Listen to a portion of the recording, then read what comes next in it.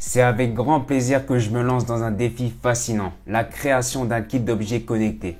J'ai pris la décision de relever ce défi afin d'intégrer la domotique dans ma chambre étudiante, la rendant plus intelligente, plus confortable et mieux adaptée à mon mode de vie.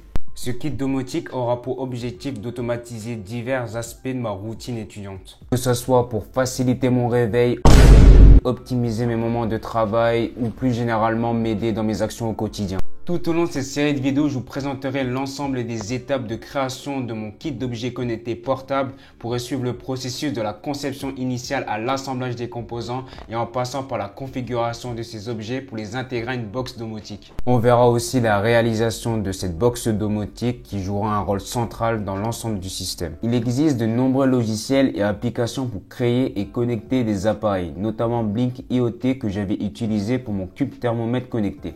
Cependant, leur version gratuite est très limitée. Par exemple, avec Blink, on ne peut connecter que 2 appareils, ce qui est largement insuffisant pour notre kit. Il faut sortir la carte bleue pour obtenir des versions plus complètes, mais elles ne sont toujours pas suffisantes. Il nous faut donc une application gratuite, simple à utiliser, fiable et où on peut connecter plusieurs appareils sans limite. Cette application, vous la connaissez peut-être et c'est Home Assistant. On dirait vraiment que je fais un reportage pour envoyer spécial si trop une dinguerie. C'est bon, tu peux t'arrêter.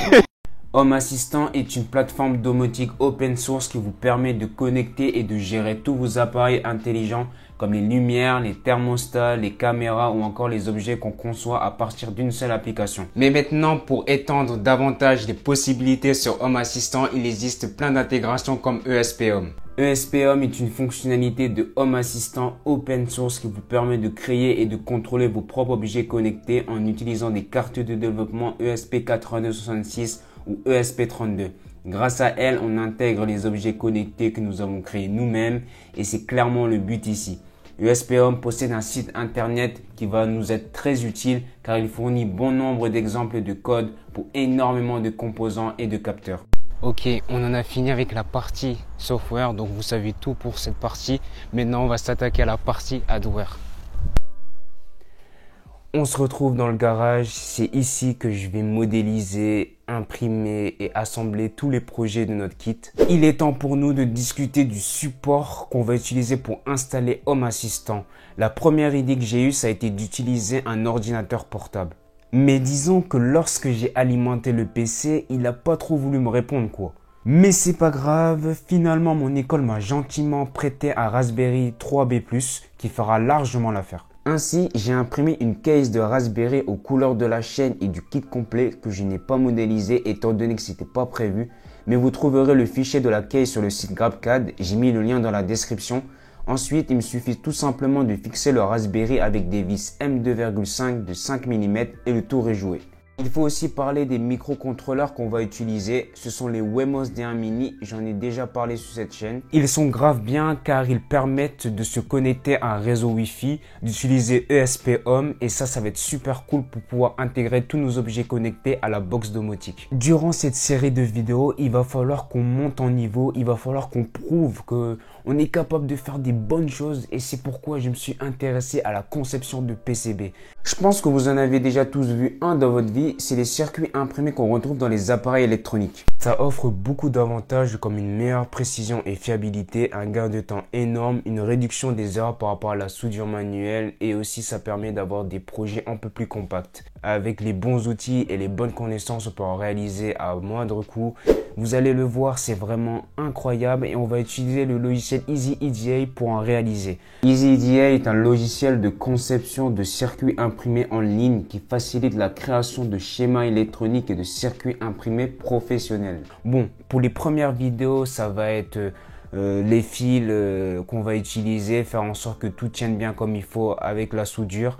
Mais pourquoi pas explorer vraiment ce domaine incroyable et ça va nous permettre de faire des choses vraiment plus compactes, plus pro.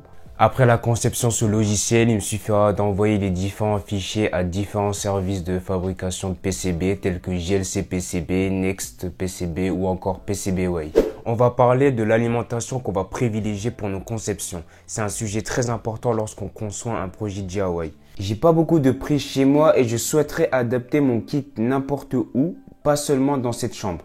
L'idéal est donc d'alimenter nos objets par batterie et c'est ce qu'on va privilégier, même si certains, vous le verrez plus tard, fonctionneront sur secteur. Pour ça, j'ai différents choix de batteries. Pour ma part, je vais partir sur les classiques batteries lithium-ion 18650 et les batteries lithium polymère. On va coupler ces batteries avec des modules de charge, les MHCD42. Ces modules nous permettent de recharger nos batteries avec un courant compris entre 2 et 3 volts. Ce module, il est très pratique car il intègre différentes protections, notamment contre les surtensions et les surintensités. Et aussi ce module, il est très bien parce qu'il permet d'arrêter le chargement de la batterie lorsqu'elle est complètement chargée. Et de l'autre côté, il coupe l'alimentation lorsque la batterie est trop déchargée pour éviter de trop la solliciter. Il a d'autres avantages comme le fait qu'il peut booster la tension qui sort de la batterie pour la transformer en 5 volts et pour pouvoir alimenter le Wemos Z1 Mini et les autres composants et capteurs qui fonctionnent pour la plupart en 5 volts. Et il est doté d'un indicateur de charge qui va nous permettre de savoir lorsqu'il faudra recharger l'objet en question. N'hésitez pas à vous abonner à la chaîne. Minimum 300 abonnés je veux. Minimum. Car on est en route pour devenir le meilleur youtubeur DIY. N'oubliez pas d'activer les cloches pour ne pas manquer les prochaines vidéos de cette série.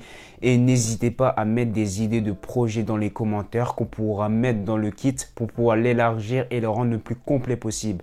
Il faut faire en sorte que ce kit soit un kit pour la communauté, un kit fait par la communauté. Et c'est ça qu'on veut. Abonnez-vous à mon Instagram pour recevoir les dernières news, les photos des projets et aussi pour pouvoir discuter ensemble.